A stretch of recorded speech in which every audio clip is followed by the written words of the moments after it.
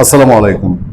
এই যে হেডলাইনটা, আমার সামনে যে হেডলাইনটা, এই হেডলাইনটা আজকে বাংলাদেশের সমস্ত পত্রপত্রিকা, এবং এই কয়েকটা শব্দ, 1 2 3 4 5, এই পাঁচটা শব্দই আওয়ামী লীগ তো বলবো না, যুবলীগ বলা হচ্ছে। যুবলীগের একটা মিছিলকে আজকে ভাইরাল করে দিয়েছে।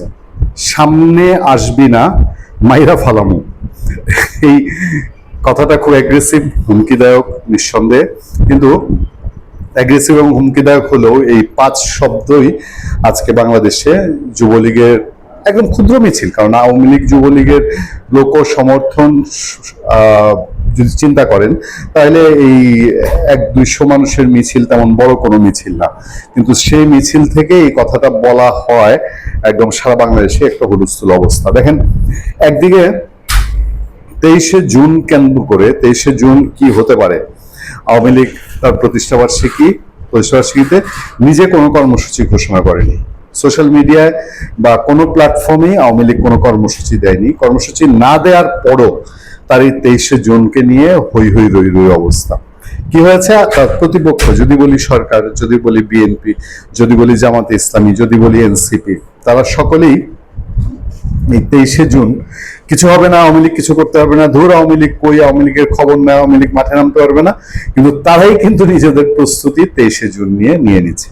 এই নিয়ে আমাদের আজকের আলোচনা। আমাদের আলোচনার সাথে থাকতে যারা এখনো সাবস্ক্রাইব করেননি, তাদেরকে আমাদের চ্যানেলটি সাবস্ক্রাইব করার জন্য অনুরোধ করছি। লাইক এবং কমেন্ট দিয়ে আমাদের পাশে থাকবেন।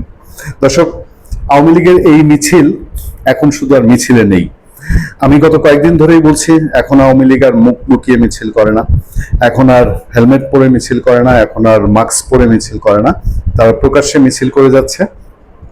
এবং যে এলাকায় মিছিল করছে সে এলাকায় আবার রিপিটেডলি মিছিল করছে। আজকের মিছিলটি যে জায়গার খবর, যে গাজীপুরের ঘটনা ঘটেছে, গাজীপুরে অসংখ্য মিছিল এই পর্যন্ত আওয়ামী লীগের হয়েছে। এটা ইউনূস আমলেও হয়েছে। ইউনূস আমলে প্রচন্ড, মানে রীতিমতো বলা যায় যে তারা একটা অপারেশন দাঁড়ি করিয়ে ফেলেছিল, অপারেশন ডেভিল হান্ট, এই গাজীপুরকে কেন্দ্র করে। এবং গাজীপুরে তারা আওয়ামী লীগ একেবারে ধ্বংস করে দিবে, এই তো তাদের উদ্দেশ্য ছিল। কিন্তু আলটিমেটলি কি হয়েছে? গাজীপুরে আওয়ামী লীগ ঘুরে দাঁড়িয়েছে সবার আগে। ওই অর্থে প্রকাশ্যে কর্মকাণ্ড করতে না পারলেও মিছিল কিন্তু এখন নানান ভাবেই হচ্ছে, পোস্টারিং হচ্ছে, মাইকিং হচ্ছে। এই খবরটার দিকে একটু চোখ দিই। সামনে আসবি না, মাইরা ফালামু কার্যক্রম নিষিদ্ধ যুবলীগের মিছিল থেকে পুলিশকে হুমকির অভিযোগ। চলুন আমরা কয়েক সেকেন্ড সেই ভিডিওটা দেখি।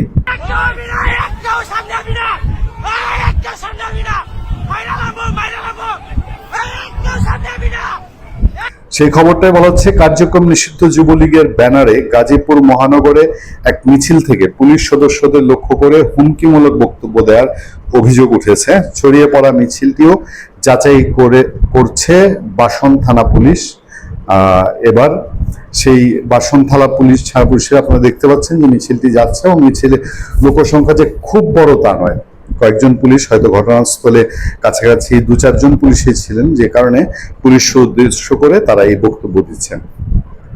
আমরা যদি বলি যে আওয়ামী লীগ এখন শুধু এই বিক্ষিপ্ত মিছিলের মধ্যে সীমাবদ্ধ নয়, তারা নোয়াখালীতে যা করেছে তা মিছিলের চেয়েও বেশি।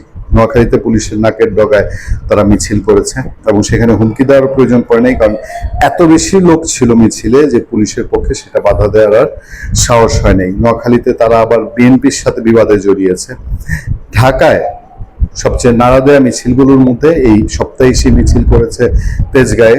সেই মিছিলে এবং আওয়ামী লীগের মিছিলে দম্পতির উপস্থিতি, স্বামী স্ত্রী দুজন মিলে মিছিল করছেন।